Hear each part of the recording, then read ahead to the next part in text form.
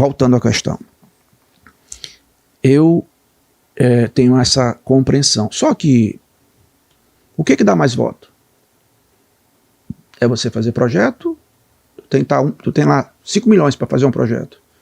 Ou tu pega esses 5 milhões e dá cesta básica. O que vai te dar mais voto? Cesta básica. Eu não estou dizendo que não é para dar cesta básica. Sim. Mas será que é só para dar cesta básica? O tempo todinho? Tem que ter um equilíbrio, né? Ok, ponto. Então o que eu fiz em relação ao Open Lab? Nas minhas últimas emendas, eu digo assim, não vou fazer mais emenda para UFMA, para prédio. Não faço mais. Porque já chega. Chega de prédio. Chega de prédio. Fiz muitos. Soma na Maranhão todos os políticos. Pode somar. Eu faço aqui um desafio. Todos, deputados e senadores, da história, da UFMA e do Hospital Universitário. Soma todos e compara comigo. Todos contra um. Eu botei mais recursos para a UFMA que a soma de todos. Eu. Desafio qualquer um a dizer o contrário. Muito bem. Botei para tecnologia, inovação, pesquisa.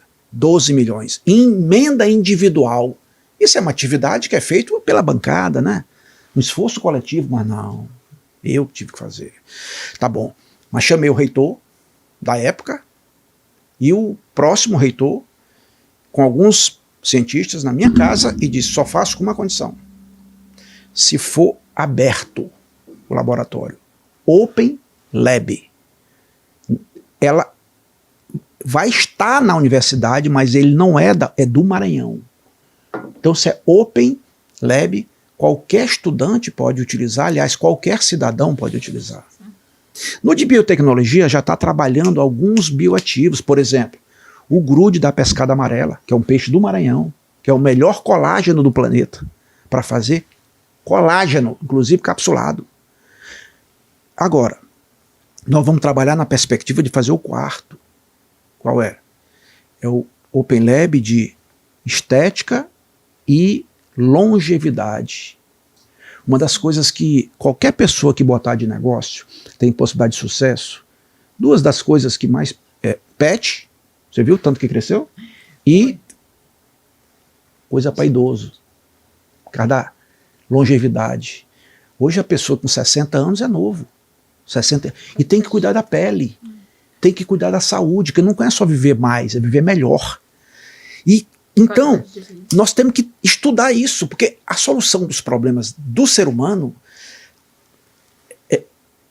está na natureza. Você já parou para pensar uma coisa? Ó, cabelo branco. Alguns. Quem dera, né? Sorte daquele que chega a ter cabelo branco. Pois é. Não é verdade? É verdade. Eu perdi um filho que não teve essa sorte. Muito bem. Calvície. Calvície, um problema. Vem cá, mas para pensar. Tu já viu índio careca? Não tem. Tu já viu algum cacique de cabelo branco?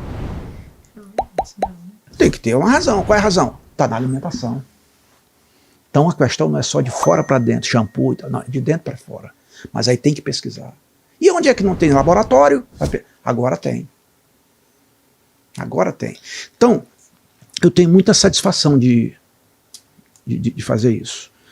E eu tenho um relacionamento político, afinal são muitos anos, e vou conseguir o recurso. Esperei que a bancada do Maranhão agora colocasse dinheiro para a Universidade Federal para dar consequência a esse projeto. Sabe quanto que foi que a bancada botou de emenda de bancada para a Universidade Federal do Maranhão para esse ano? De bancada, né? De bancada. Vários, né? Bancada.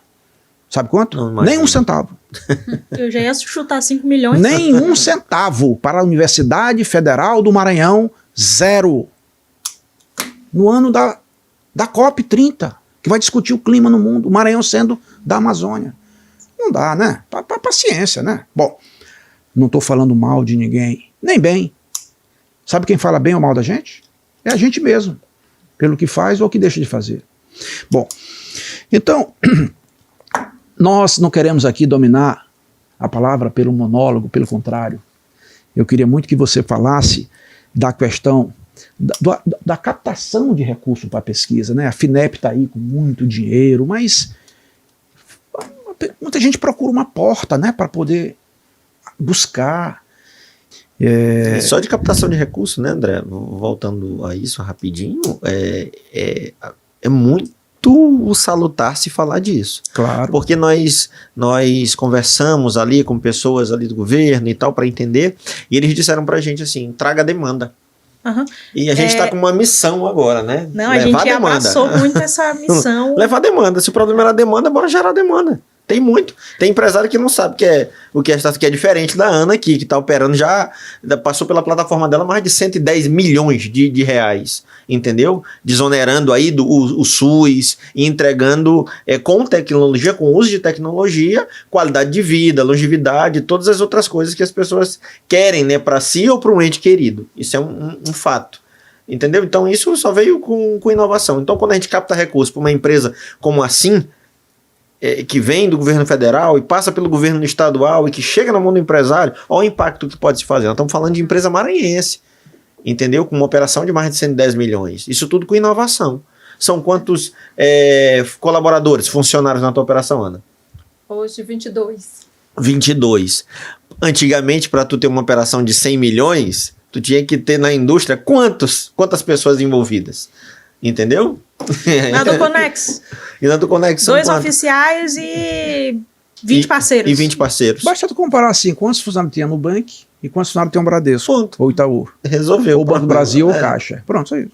Quando vocês trazem esse ponto, principalmente de como a política pode estar envolvida com a tecnologia e quão importante os agentes públicos ter esse conhecimento e sensibilizar de fato. Porque quando a gente fala, por exemplo, de uma startup, acho que o empreendedor por si só é um empreendedor, né? Mas quando você fala de empreendedor de startup, ele é muito mais difícil no sentido de que quando você cria um modelo de negócio inovador, você não consegue fazer benchmark, que é uma comparação entre um negócio e outro. Tá, eu já sei como faz copo. Copo é feito com esse tipo de material, tem uma alça, a pessoa segura, enfim.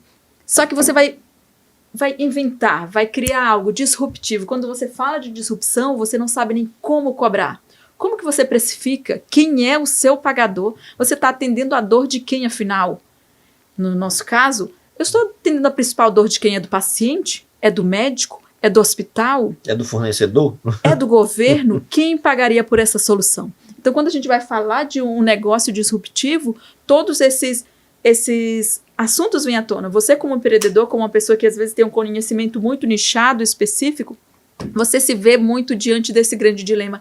Como eu vou lidar agora com tudo? Agora eu preciso entender, se eu tenho uma plataforma digital, eu preciso entender de LGPD, de compliance, de governança, de como eu consigo atender um dos objetivos da ODS, porque não é só fazer por fazer ou de usar tecnologia e inovação, não. mas o que eu estou impactando no final do dia? Porque diante, assim, de verdade, de tantos desafios, e principalmente falando de alguém que está atuando no cenário de inovação do Maranhão, de verdade, tem que ter um propósito muito grande no final do dia. Porque trabalhar de domingo a domingo, de 7h40 a 11 da noite, durante 4, 5 anos, e continuando, e com porrada, assim, é muito, muito difícil. Vocês trazendo essa perspectiva aí de captação de recurso a fundo perdido, vocês não fazem ideia do quanto isso, de fato, é importante, né, para o empreendedor. Porque, no nosso caso, nós nunca captamos a fundo perdido pela dificuldade. Você, como empreendedor, você vai ter que falar com o jurídico, com o financeiro, com o contador, com o time. Você contrata, você demite, você é o RH. Então, é tanta coisa para você falar no final do dia. E no nosso caso, a operação se paga? Não. A operação não se paga, porque numa startup, muitas vezes você o quê? Capta dinheiro de terceiro, porque você não tem uma operação que se paga. É o que a gente chama de um funil de boca de jacaré. Muito custo no primeiro momento, onde você não tem recurso. Então, assim, investimentos como esse, se realmente o agente público ele entender de fato o impacto que tem. Por exemplo, todas as nossas captações foram de Venture Capital. Então, vamos lá apresentar um pitch para o investidor. E aqui no Maranhão, você pergunta, quem são os investidores anjos aqui do Maranhão? Eu queria destacar muito uma campo coisa aberto, que muito se foi falado aqui sobre projeto, né? E eu conheço a Ana Lemos há muito tempo, né? E eu vejo que tu sempre foi uma pessoa de escrever e de ir fazer teu próprio benchmarking, nem que tu tivesse que ir para São Paulo, né? Sim. E aí eu queria entender um pouquinho mais também dessa parte de como é que tu via tua startup lá no começo. O que era uma prioridade para ti? Era a tecnologia? Era escrever o projeto? Era o investimento? Olha, na verdade é um conjunto de fatores, né? Eu acho que não dá para a gente negligenciar logo desde o início, eu acho que é entender que você tem que estar preparado. E você tem que estar preparado em todos os âmbitos, porque você tem que ter repertório para falar com as pessoas também que entendem. Por exemplo, eu não entendo de .NET Core, que é uma das linguagens que a gente usa na plataforma. Eu não entendo de linguagem de front, de back-end, mas eu preciso entender pelo menos o básico para eu ter repertório para eu contratar um CTO, um CPO, que é um Chief de tecnologia, um chefe, um diretor de tecnologia. Eu preciso entender o mínimo possível para conversar com um investidor. Eu preciso entender de como que eu faço, distribuo, como é que eu trago o investidor de fora, o que é um cap table da empresa, como é que eu vou oferecer uma parte da minha empresa para um investidor, como é que se faz essa troca, o que é um vesting. Então, assim, você como Os empreendedor... riscos que isso, né? Total, que que você incute incorre. nessas operações. Então, assim, é muito O desafiador. nosso jurídico também, no Brasil, as coisas como são postas, né? Nesse meio jurídico é bem complicado. Muito, muito. E assim, eu acho que o empreendedor ele tem que estar aberto. Inovações como essa, aberturas como essa, com aceleradoras e programas do governo que possam trazer essa clareza. Eu fui fazer um talk nessa semana, aqui no início da semana no Sebrae, e assim, a maioria das pessoas, elas não têm o conhecimento básico de verdade, de, cara, eu vou agora criar uma startup, por onde eu começo? Então, assim, a gente não pode negligenciar as coisas simples como patente, como registro, Registro de como... marca. abrir o CNPJ, como Sim. contratar e deixar isso registrado, ainda que seja com contrato Até trazendo um dado para ti, tu sabia que uma das coisas que mais impediu as startups maranhenses de participarem do Tecnova foi não ter balanço patrimonial e DRE, Olha só. entendeu? Aí você Olha pergunta para um startupeiro da vida, balanço comercial e DRL, eu não tenho nem contador, eu não declaro nem imposto de renda. Mas tá faturando lá seus 100 mil mês. 100 mil mês, mas não declara, e aí? Aí não desafiador. rola, né? Mas assim, né, para acessar crédito, é cadastro e garantia, né? Por mais que você tenha um dinheiro não reembolsável, tem que ter o cadastro, Tem que né? ter cadastro. Então eu encerro dizendo que foi muito bom esse papo com vocês. Eu queria também depois falar um pouco sobre o Babaçu. É uma coisa que sempre me incomodou como político, como maranhense. Como é que as quebradeiras de coco, que não tem quebrador de coco, são quase 350 mil no Maranhão. Como é que elas exploram o coco, a economia, do mesmo jeito de 500 anos atrás? Não tem diferença, é um machado, pão, decepando o dedo de criança. E, enfim. Mas eu quero dizer que temos uma boa notícia. Muito boa notícia. E não estou falando de indústria de boas notícias, de campanha, não. Eu conheci um dia desse um escocês, bilionário. Fui até Caxias para almoçar com ele. Um querido amigo, Paulo Marinho, me convidou. Fui lá. Ele casou com uma maranhense de Caxias. Falei com ele sobre a ZPE, falei com ele sobre o Babaçu, falei com ele disso, daquilo. A mulher dele, claro, conhece bem o Babaçu. Aí ele queria saber o que ele podia ajudar. Eu disse, não, eu não quero dinheiro, quero nada. O que eu quero mesmo é conhecimento, tecnologia, transferência de tecnologia. Aí eu falei do Babaçu como era, mostrei. Quando eu mostrei as fotos para ele de mulheres quebrando coco, sabe o que ele disse para mim, Ana? Sabe o que ele disse para mim? Sabe o que ele disse para mim, Wellington? Disse, senador, se algum europeu, se algum americano olhar essas fotos, nenhum compra nada do Maranhão. Isso aí é trabalho escravo. Isso aí é exploração da pobreza. Eu disse, é exatamente nesse ponto que eu queria chegar. Eu vim aqui foi para isso, para mostrar para você aqui, ó, que a gente tem que fazer a exploração econômica sustentável. Não é isso aqui. O que tem menos valor no Babaçu é a amêndoa. O Babaçu tem 50 e tantos produtos. Endocarpo, mesocarpo, produz muita coisa. Mas nunca conseguimos, nós, não estou falando ninguém, a política do Maranhão nunca conseguiu desenvolver tecnologicamente mecanismos para isso. E são 17 milhões de hectares no Brasil de Babaçu. O Maranhão tem 13. E fora o Brasil não tem nenhum lugar no mundo. Aí o que nós combinamos? De fazer um termo de cooperação entre a Universidade Federal do Maranhão e a Universidade da Escócia, que se chama Queen Elizabeth University, Universidade Rainha Elizabeth.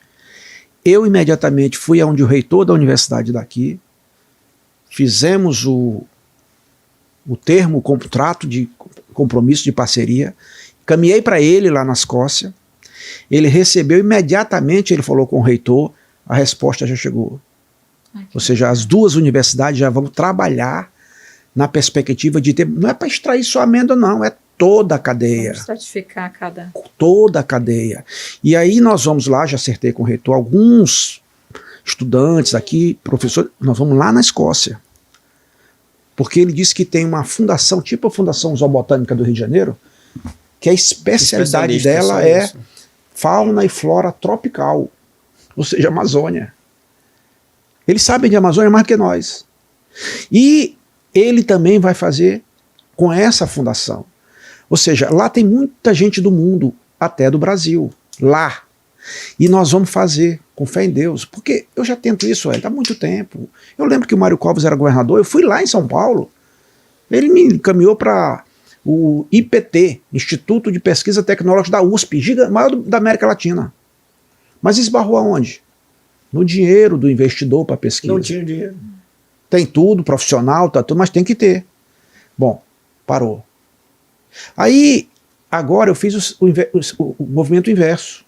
Eu fui no cara que pode investir no dinheiro dele na universidade para pesquisa.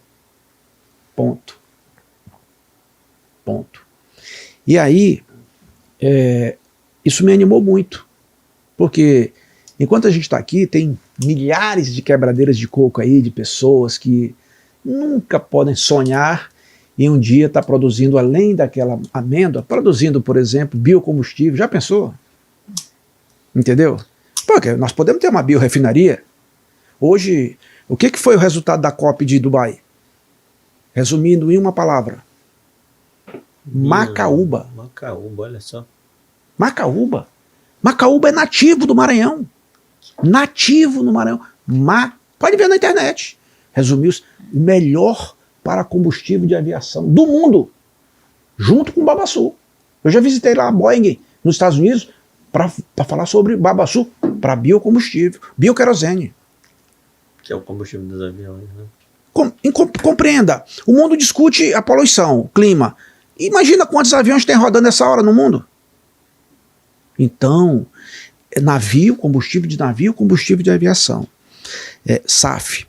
Então, gente, eu penso que, apesar de tudo aí, apesar de tantas dificuldades, apesar de tanta coisa ruim, mas eu acho que a gente tem boas perspectivas. Eu agradeço muito a todos vocês, agradeço as pessoas que vão nos dar o privilégio da audiência. É sempre muito enriquecedor. Sempre digo, cada um de nós tem sempre alguma coisa que aprender com qualquer que seja o interlocutor, a outra pessoa, porque é assim que a gente vai crescendo. Então é importante também a gente compartilhar o nosso conhecimento, que é o que nós estamos tentando fazer aqui, né? Exatamente. Não estamos aqui falando só para 4 paredes. Se tivesse, a gente já estava compartilhando entre nós 4. Mas a gente está levando o mundo, além, né? Porque hoje a internet não tem fronteira. Então é uma grata satisfação. Espero que esse seja o primeiro de vários encontros que a gente possa ter nessa mesa e a gente discutir mais sobre assuntos que diz respeito ao dia a dia das pessoas, tá bom? Muito obrigado a você que nos está dando aí o privilégio da audiência, espero vê-lo em breve. Um abraço, até lá!